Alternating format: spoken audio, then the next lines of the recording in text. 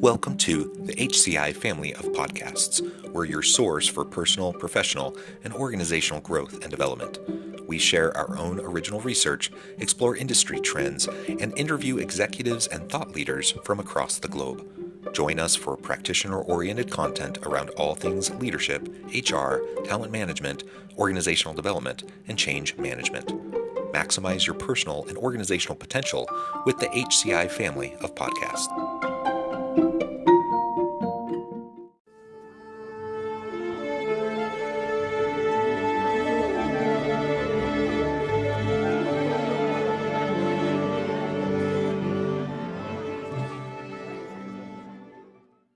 Hey, John, thanks for having me.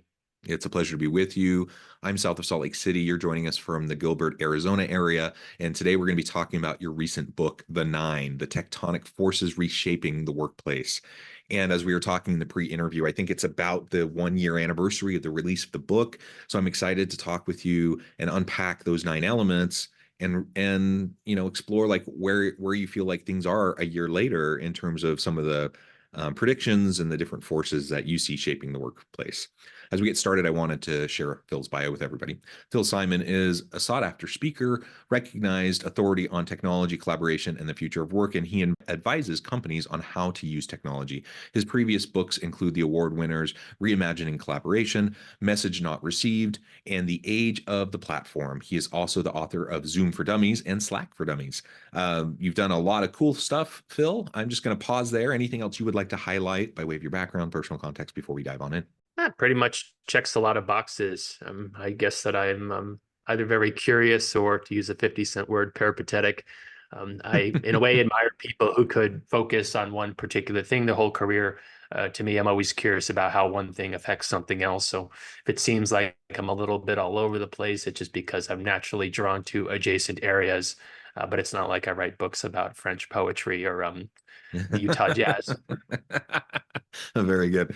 No, I hear you. That resonates with me. I don't know if it's like my squirrel mentality where I'm just like my attention gets drawn in different places, but I see a lot of things that are adjacent, a lot of I like to think of myself as an interdisciplinary kind of guy, which brings a lot of different connections. And sometimes I end up going down a path that's a little bit odd.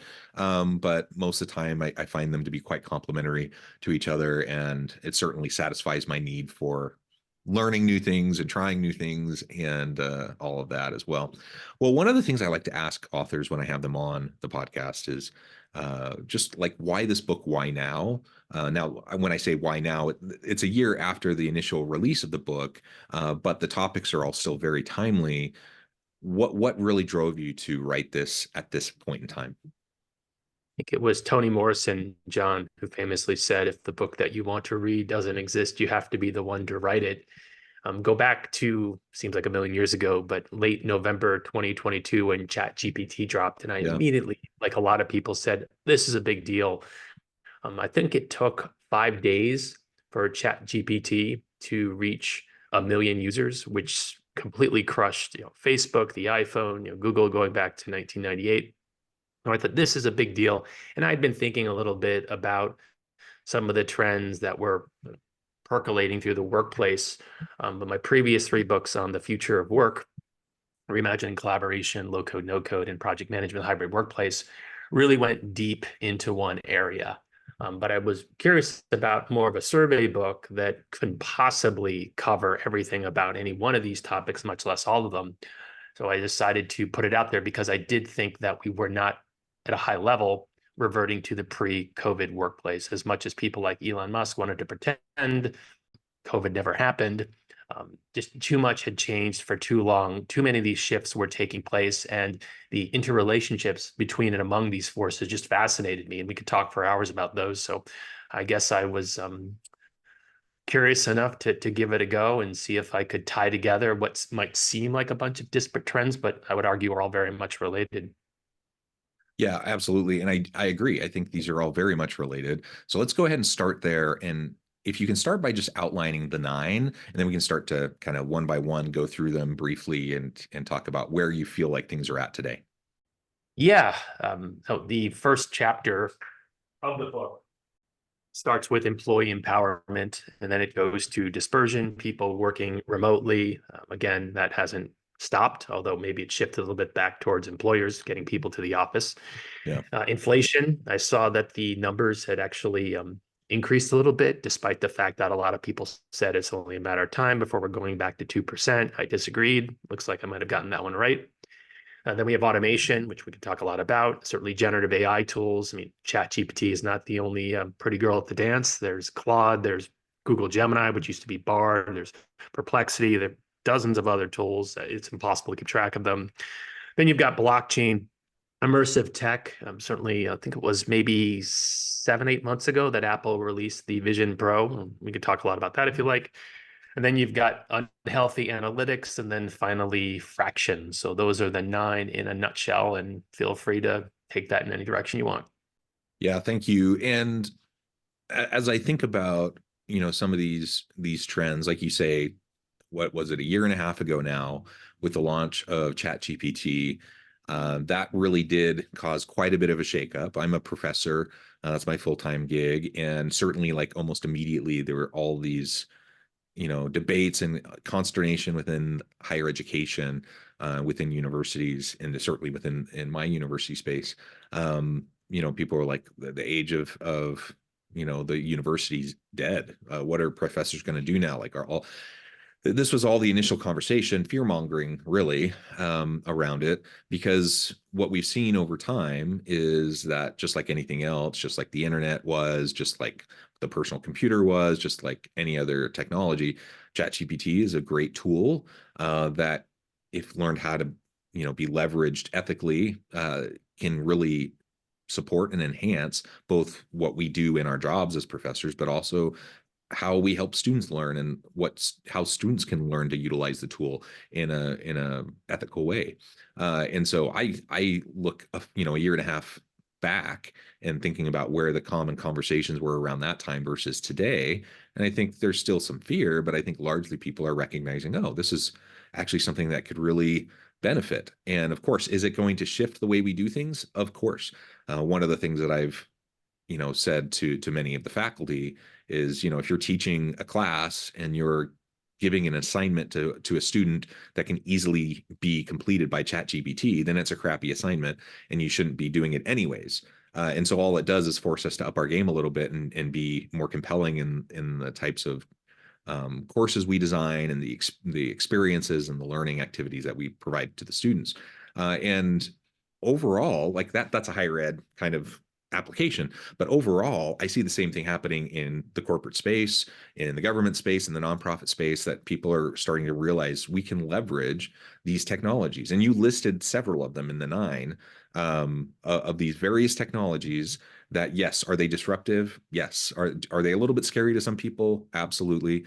But can they be useful in helping us to be more productive or efficient in how we do our jobs, and leveraged as a tool, just like any other technology tool? Absolutely. At least that's my take. Yeah, we could talk for hours and hours about any one of these things, but as a recovering college professor myself, I agree with you. It's forced professors to up their game. Are you familiar with Ethan Malik out of MIT? His new book is called Co-Intelligence.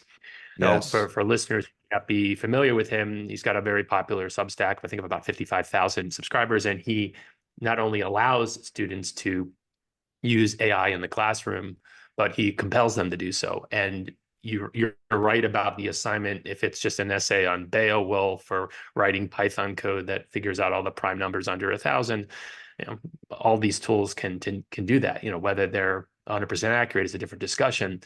But yes, there is a parallel, because a lot of professors, based on my experience, are pretty change averse. I remember in the summer of 2017, when my former employer switched the learning management system, or announced the switch from Blackboard, which I despised, over to Canvas. I said, sign me up. But there were folks who hemmed and hawed because they had set up their Blackboard instance perfectly over the last 20 years. And even if it were the slightest bit different, that would just be a shock to them and they didn't want to sign up. So yes, it is very much a microcosm of the changes taking place in the workplace. And as some smarter people than myself have said, you won't be replaced. If you're a lawyer, if you're a doctor, the person who will replace you is the person using the AI.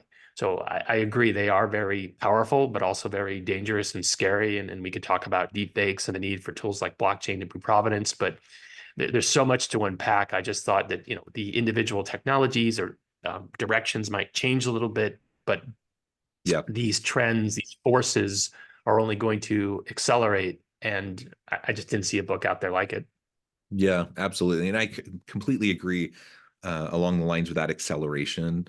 I think that the COVID pandemic really pushed a lot of people, a lot of organizations even further towards that acceleration, even faster, where, we really didn't have a choice. I mean, there were organizations that were entirely remote first organizations pre-pandemic. There were people that had been working remotely for decades pre-pandemic. And there were technologies, a lot of the same technologies that we started to embrace during the pandemic existed pre-pandemic. So it wasn't that all of a sudden, there were all these new things, though new things did develop out of necessity, but we had them. It's just there wasn't mass adoption, but the pandemic kind of forced organizations and people into mass adoption of various technologies that had been in place. And people who were resistant very quickly realized, oh, this is actually a great tool. Like, I can use this. It's super helpful, blah, blah, blah. We could go on about that all day.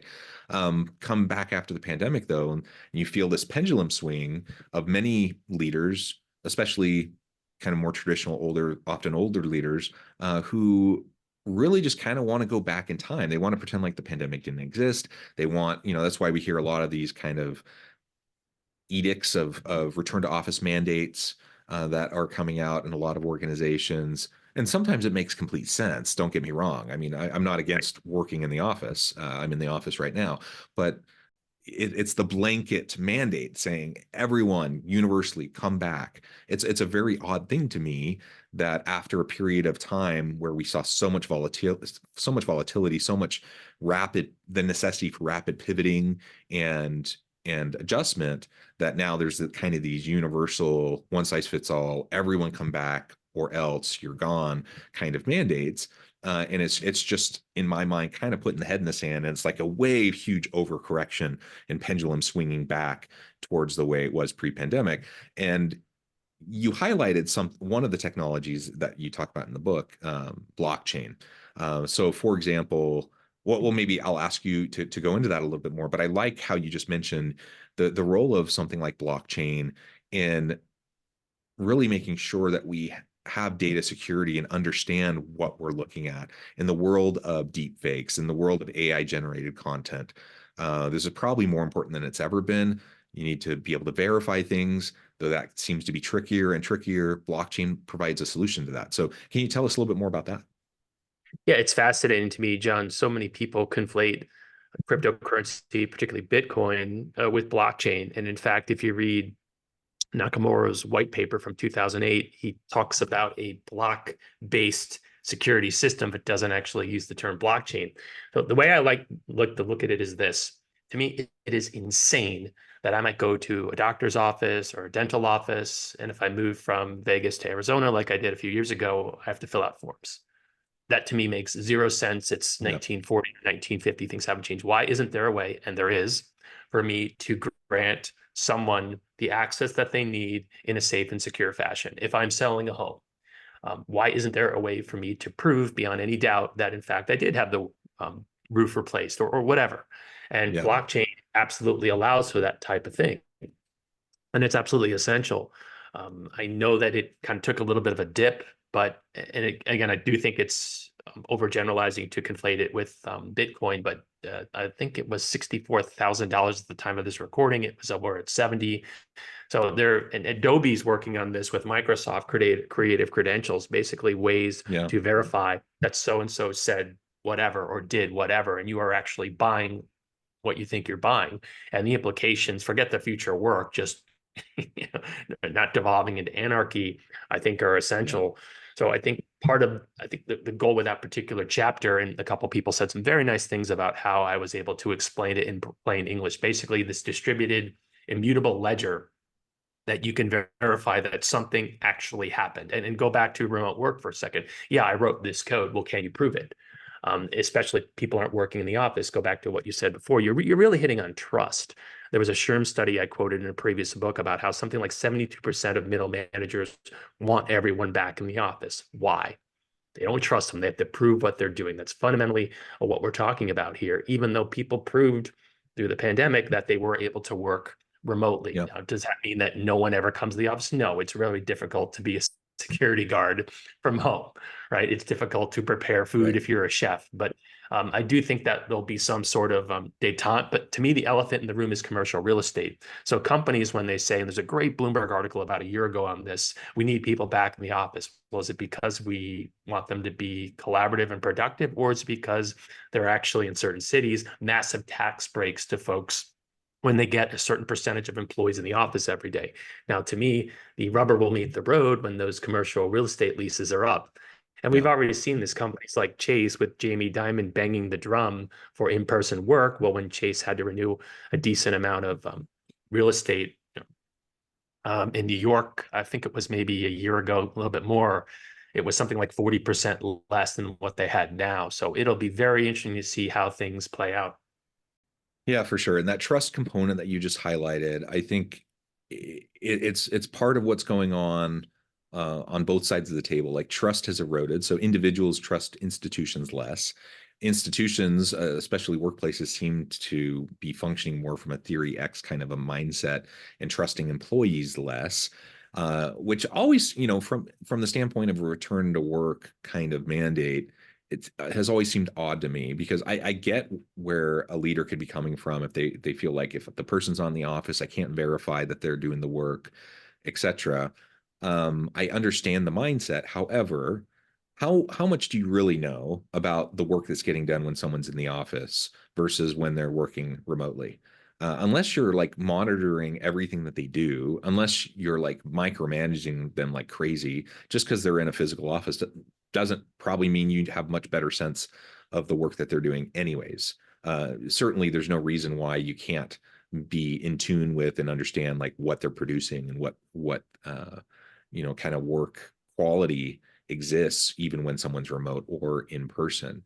It's just baffling to me like that are we still having this conversation around like butts and seats for someone. It's one thing if you have someone who clocks in and clocks out because they're a waiter at a restaurant or something and you need to be there in person to serve the food. It's something else entirely if you have someone who is a knowledge worker, who's highly skilled, who you're leading, you're leaning on their expertise, and then you want to like track what time their physical butt is in their seat at their desk during the day, and somehow that's going to be your indicator of whether or not they're effective or not. I mean, that's crazy. I've always thought that was crazy for the last, I don't know, 25 years, but it's even crazier now because like you said, we have like a year and a half of proof, where people were able to demonstrate whether they could do it or not do it in a remote setting. Yeah, it's unfortunate, but I understand it. Proximity bias is a real thing. The Future Forum, which was part of Slack, which was then part of Salesforce, was now is no more because they basically shut it down, did some fascinating research. And I mean, it's pretty much definitive at this point that you could be more productive away from the office. You'll have a lower chance of being promoted if you're less productive in the office. And that's just us being humans. Dan Kahneman passed away, I think it was 2 weeks ago. And I'm a big fan of his work, not to name drop, but the only time I ever met a Nobel laureate in my life at a speaking event in Washington, D.C. about 12 years ago, and effectively proved that homo economists, however you pronounce the Latin term, my Latin's a little rusty, doesn't exist, right? This theory of rational thinking. We are fraught with biases, and it's fascinating to read about them. But one of them is, no matter how much intuitive we may agree with you, or intellectually we may agree with you, I don't see Phil. What the hell is he doing? I could be crushing it remotely, but you don't see it. And as you know, we live in an era and have for 10, 12, 15 years now, BYOD. It is not difficult to shirk while you're on the clock. So yes, it's this arbitrary situation that we've convinced ourselves, but we know otherwise. And I think that's why we're seeing great resignation is pretty much over, but no one likes to be micromanaged. And I do think that workers, that's why I led off the book with employee empowerment, have reasserted themselves. We've seen this in statistics with strikes and unionization rates. We have proven that we can do it remotely for the first time, especially in the United States. I think we inverted things. So pre-COVID, I think that our personal lives pretty much revolved around work. And for 2 years, give or take, depending on all sorts of circumstances, we flipped it, right? Our work lives revolved around our personal lives. And understandably, we don't want to give that back. I certainly don't want to give that back. I don't think people should want to give that back. I think that's a good priority shift personally. People definitely have a lot of their identities tied up in the work that they do. We have, the majority of our waking hours for many of us are spent doing the work that we do. So it needs to matter. But I've always felt that work is not the most important thing. Like, we have family, we have friends, we have community, we have just our own hobbies. Yeah, we have all of these other things that create the holistic life experience, and work's a piece of it, a very important piece of it. And so we want to make sure it's an awesome, worthwhile piece, a purpose-driven, meaningful piece of the overall picture. But yeah, I think it was totally backwards before. And I like that so many people have kind of reclaimed their own life, so to speak, in terms of their priorities and their boundaries and whatnot. And I was just looking at a study probably last Friday, looking at productivity gains over the last however many years. I think it was looking at productivity in 1950 and how on average we've increased productivity by about 2% every year. And so now we can the average worker produces in about a little under 12 hours what used to take that same worker 40 plus hours to do back in 1950. So we have all these tremendous productivity gains. Some researchers had predicted that because of that, we would start to see reduced work weeks, reduce hours, and that we see that in some parts of the world. But we also see in the US, for example, while there's some talk around it, for the most part, I don't see any employers being willing to all of a sudden have their workers work 20% less and still pay them the same salary, even though their productivity is so much higher today than it was 10 years ago, right? And so sharing those productivity gains is not something I see organizations super eager to do, yet employees, workers recognize what's being expected of them today compared to 5-10 years ago, and largely are just saying, no, I'm not putting up with this anymore. Depending on the ebbs and flows of the labor market, sometimes workers have more power than others, and right now it's less than it was a year ago. But we know that we're in a time of labor shortage generally. We know that we're in a time of skills gaps generally across many industries and sectors, in particular types of STEM fields and such, that we're just going to continue to have a shortage. And because of that, I think organizations are going to have to refine and revise their people management approach, so if they want to attract and retain the best people who can help them produce great stuff, great products and services for the market. Yeah, there's a lot to unpack there, but you've touched on two of my forces in the book, one of which is unhealthy analytics. There was a great article, I think from August of 2022 from Vox. And the premise was everyone likes to talk about productivity, but nobody can define it. And in the book, I quote Goodhart's law, which is one of my faves. It's a little obscure, but in effect, the minute that you decide to measure someone on X ceases to become an effective measure. And there are all sorts of examples, right? If in public schools, it's all about graduation rates. Well, as a former college professor, and we're, let's say, evaluated on student evals, right? It's pretty easy to get a good eval, just make it easy, but they don't really learn anything. The other thing, and I generally agree with you, when it comes to, and then there are a few companies that have said we are going to give you 5 days worth of pay for 4 days worth of work, but you're right, they are the exception rather than the rule. I have seen, and this is just anecdotal, I'm unaware if they exist, I'd love to see them, of any kind of studies or surveys or research around the rise in fractional leadership. A friend of mine actually just took a job for 3 days a week as a fractional chief product officer. Now, yes, part-time work, going back, moonlighting many years, decades. but we typically haven't seen that at a senior level. Now, no one's saying that Alphabet or Microsoft says, you know what, we only need a CFO 2 days a week. That's nonsense. Those are extremely valuable companies. But, especially when you throw in AI, could you get 90% of the juice of a full-time person for only 3 days a week? And if you're a 300-person company that can't really afford to pay someone $400,000 a year for a chief marketing officer role, maybe this is kind of a bridge for now. And especially if you toss in remote work with dispersion, people can call in if they have to on a day they weren't supposed to work. They don't have to get on the plane. They'll have to drive to the office because inflation's still an issue.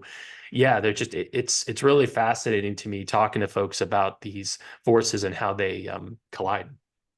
Yeah, absolutely, Phil. Well said. This has just been a great conversation. We've only scratched the surface of what you unpack in your book, but I know at the time I need to let you go. Before we wrap things up for today, I wanted to give you a chance to share with the audience how they can connect with you, find out more about your work, where they can find your book, and then give us the final word on the topic for today. Yeah, philsimon.com. You can find me also on LinkedIn. But yeah, I'd love to hear from readers.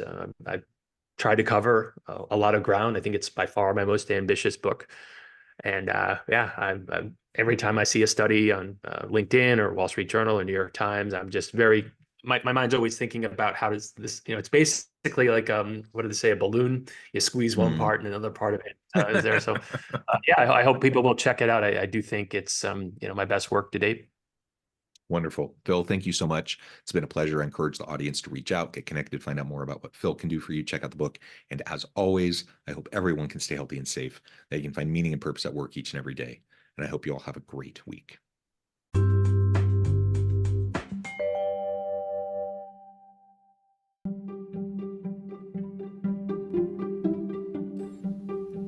Thanks for joining us for this episode of the podcast. We hope you stay healthy and safe, and please join us again soon.